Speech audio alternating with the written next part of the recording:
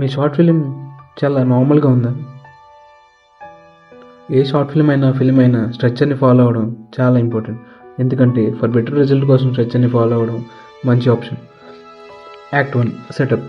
ఇక్కడ క్యారెక్టర్ని ఇంట్రడ్యూస్ చేస్తాం, క్యారెక్టర్ చుట్టూ ప్రపంచాన్ని పరిచయం చేస్తాం, అండ్ మన క్యారెక్టర్ గోల్ ఏంటి అనేది కూడా చిన్న క్లూ ఇస్తాం. Next conflict meaning problem. మన హీరో ఆర్ క్యారెక్టర్ గోల్ని ఆపే ప్రాబ్లం కాన్ఫ్లిక్ట్ అంటే. కాన్ఫ్లిక్ట్ ఆర్ ప్రాబ్లం ఎంత టఫ్గా ఉంటే క్యారెక్టర్ అంత స్ట్రాంగ్ అవుతుంది. Act 3 turning point. ఇది మన క్యారెక్టర్ డెసిషన్ తీసుకునే టైం.